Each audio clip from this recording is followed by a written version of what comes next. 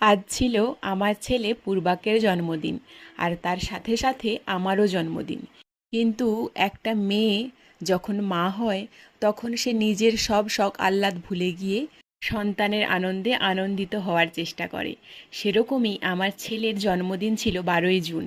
12ই June মন্দিরে পুজো দিয়েছি, তাই সেরকমভাবে কিছু রান্নাবান্না ওকে করে দিইনি।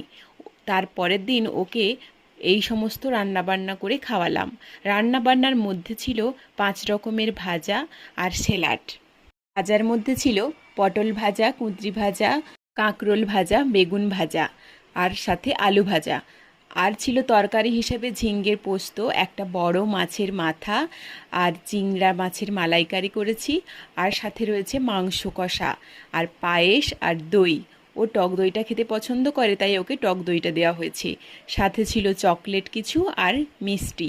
এই দিয়ে ওকে থালাটা ভালো করে সাজিয়ে দিয়েছিলাম। কেমন হয়েছে আমার ছেলে জন্মদিনের লাঞ্চ থালি অবশ্যই কিন্তু কমেন্ট করে জানাতে ভুলবেন না। আর আমার ছেলেকে সবাই আশীর্বাদ করবেন, এটুকুই আপনাদের কাছে চাওয়া।